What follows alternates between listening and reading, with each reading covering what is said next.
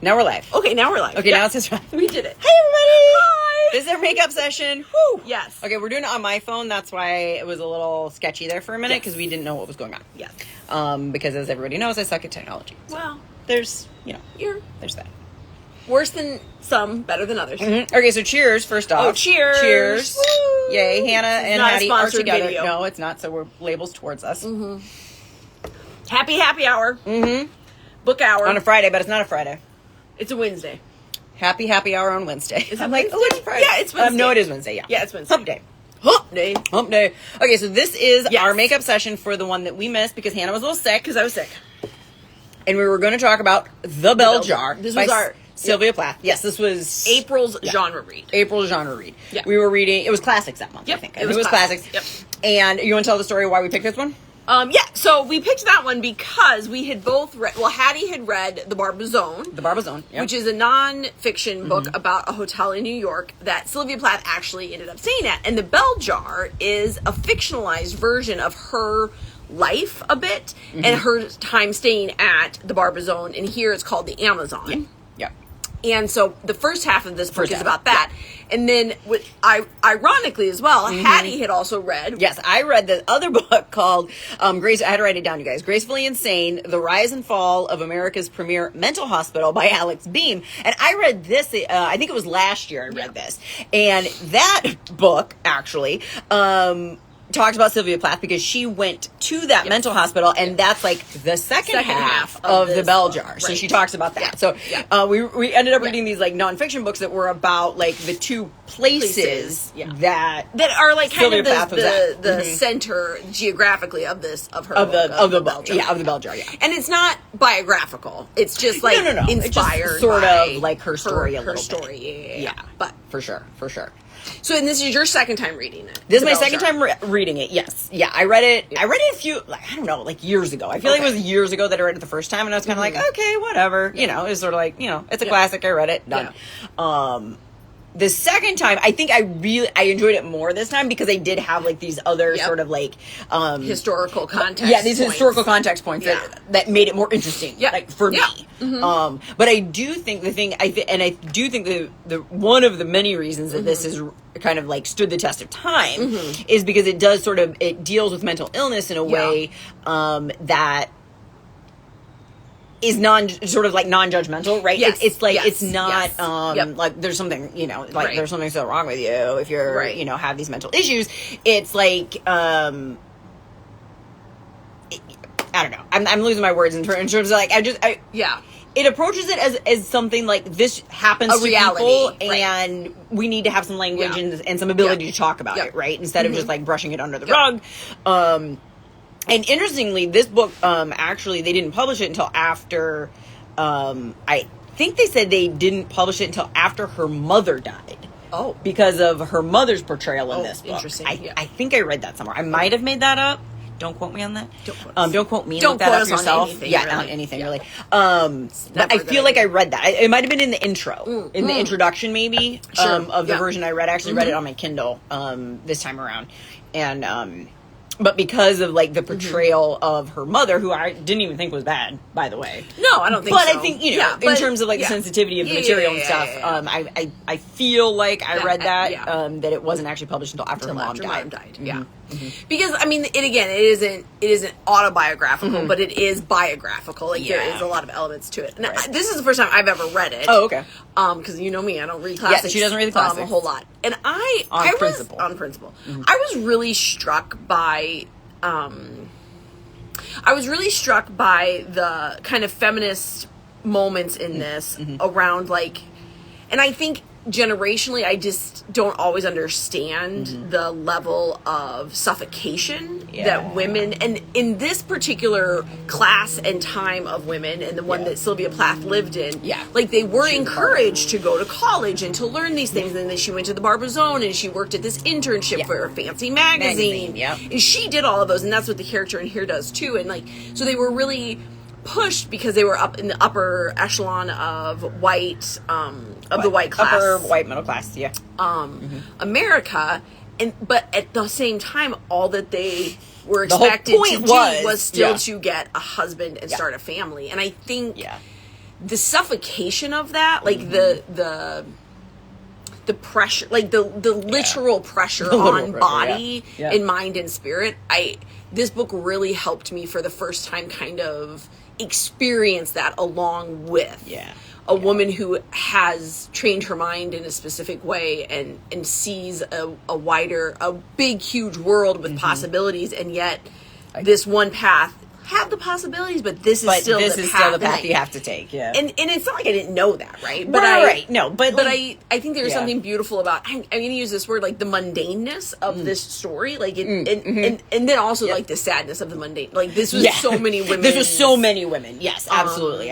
Truth, and didn't have any kind of way of expressing it. Had no way of articulating what was going on within them and their hopes and dreams, and like that it was larger than what they have been.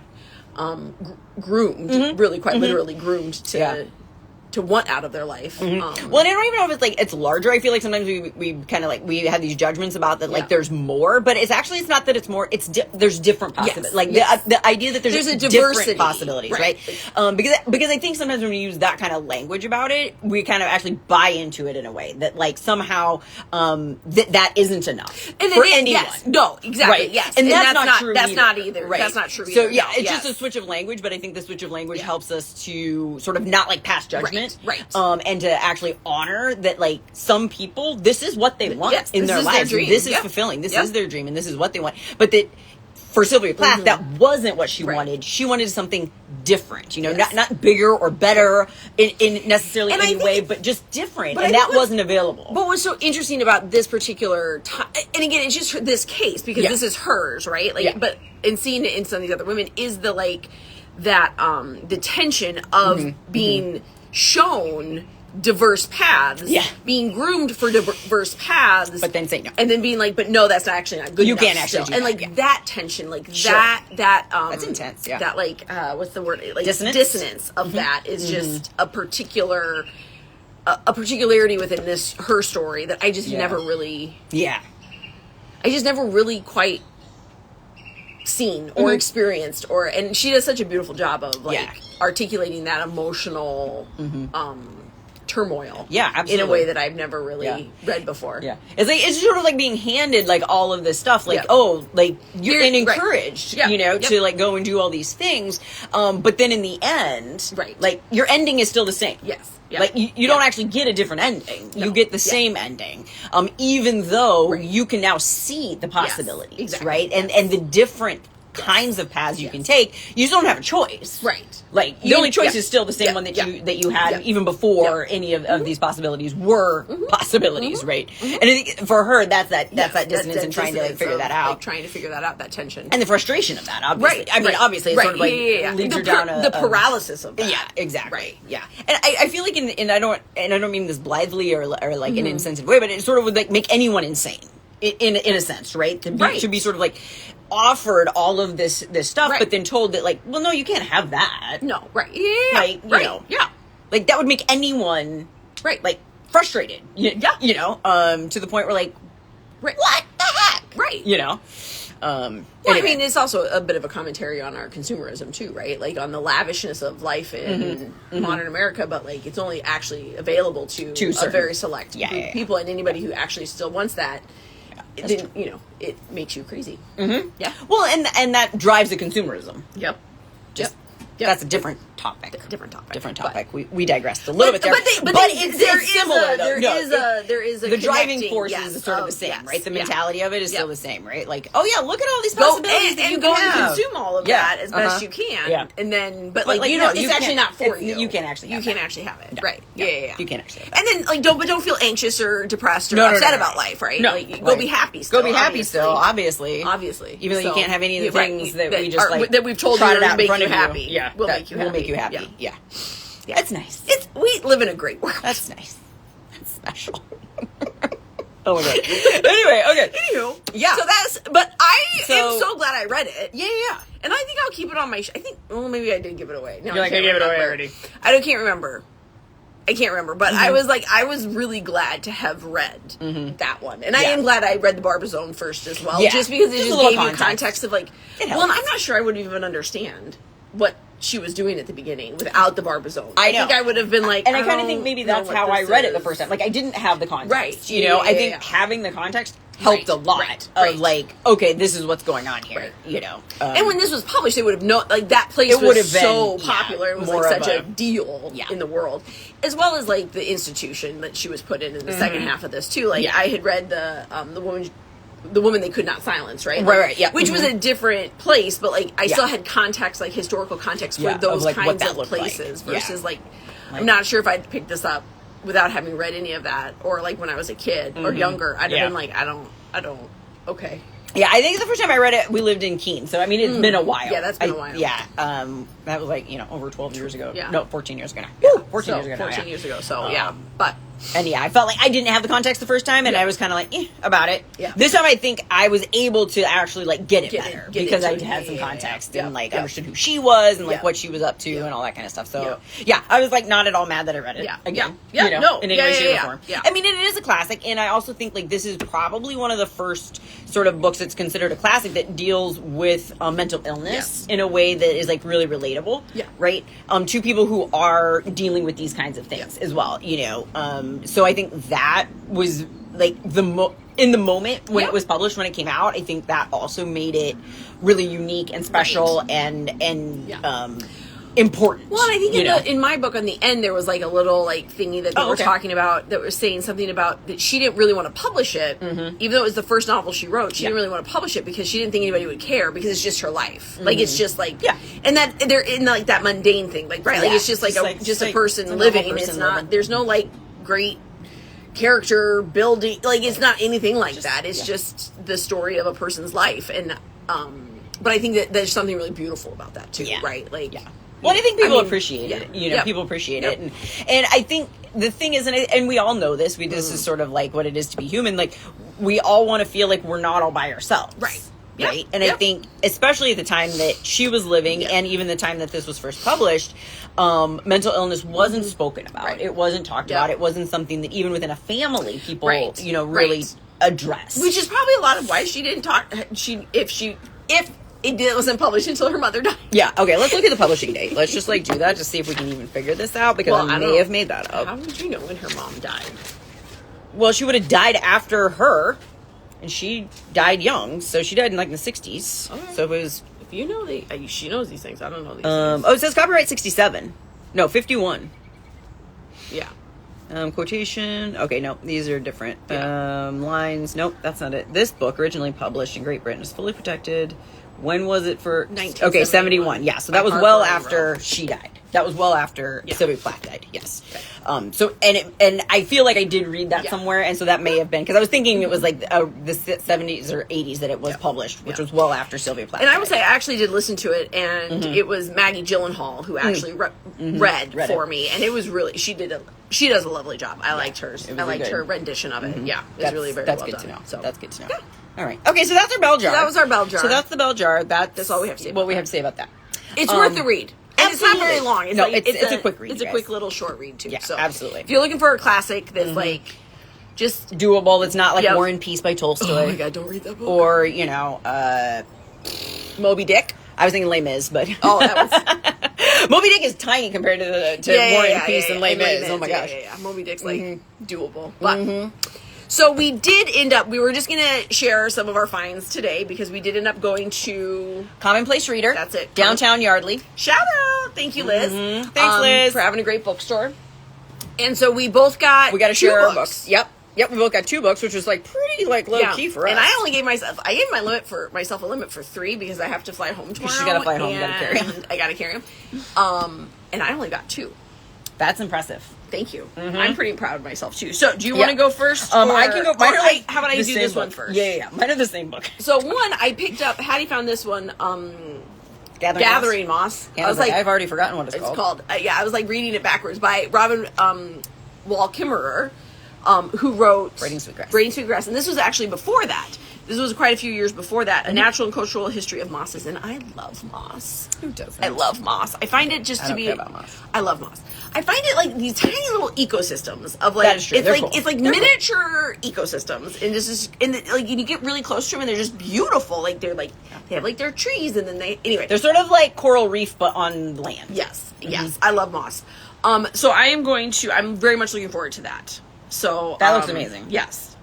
And I'm also looking forward to maybe buying the new Braiding Sweetgrass edition that has the little thingy in pretty it, but one. I didn't want to carry that home with me. So It's a hardback, and it was kind of yeah. And then we went to the nonfiction section, And that's then where we went crazy. Yeah, we went a little crazy. Okay, you want to share yours? You want me to share mine? You go with Okay. one of yours first. Okay, mine are the same, so I feel like we can probably present them both. Oh. Mine are kind of the same book, but it's amazing. Mm-hmm. So Hannah actually found this one. I picked up the second one, but Hannah handed me this one. She's like, "Have you heard of this one? Have you read this one? It's called American Sherlock: Murder Forensics and the Birth of American CSI by Kate Winkler Dawson."